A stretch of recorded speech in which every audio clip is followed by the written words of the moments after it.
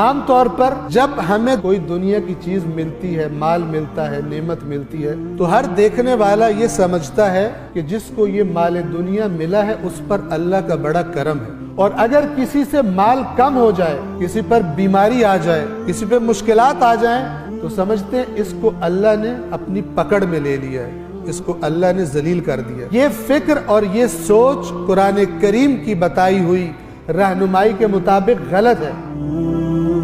اگر کوئی انسان یہ سمجھتا ہے کہ دنیا کا مل جانا اللہ کی رضا کی علامت ہے تو غلط سمجھتا ہے، اور اگر ہم یہ سمجھتے ہیں کہ کسی کے پاس اگر مال کم ہو گیا یا اس سے صحت کی نعمت فی الحال اس کے پاس نہیں ہے، بیمار ہے، کوئی اور مصیبت آ گئی ہے تو اللہ اس سے ناراض ہے، یہ غلط سوچ ہے۔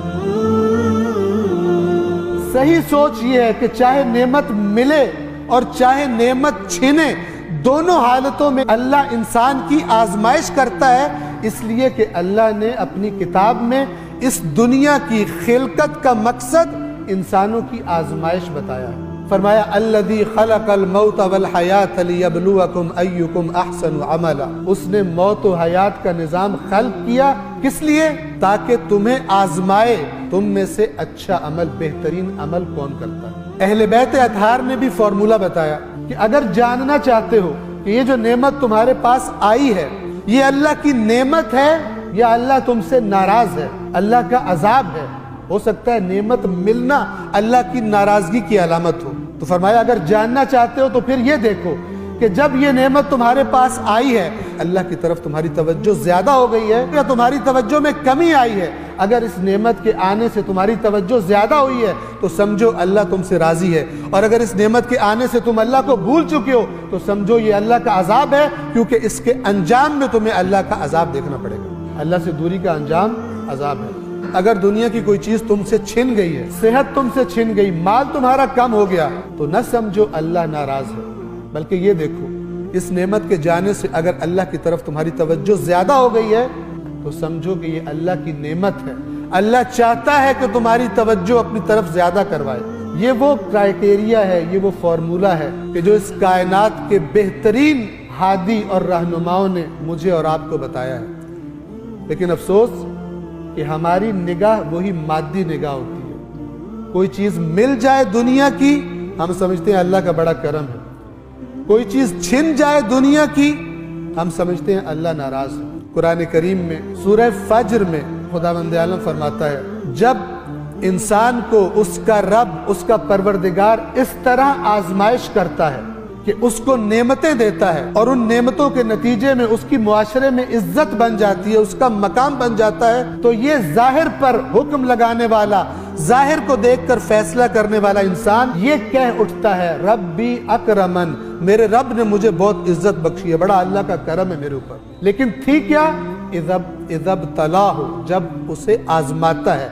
ابتلا کا معنی ہے آزمائش کرنا، جسے ہم اردو زبان میں بھی استعمال کرتے ہیں، مبتلا ہے۔ ہم یہ لفظ استعمال کرتے ہیں بیماری میں مبتلا ہے، لیکن اللہ نعمتیں دینے کے لیے بھی اسی لفظ کو استعمال فرما رہا ہے کہ انسان کو نعمتیں دے کر جب اللہ مبتلا کرتا ہے یعنی اس کی آزمائش کرتا ہے۔ نعمتیں ملنا بھی مبتلا ہونا ہے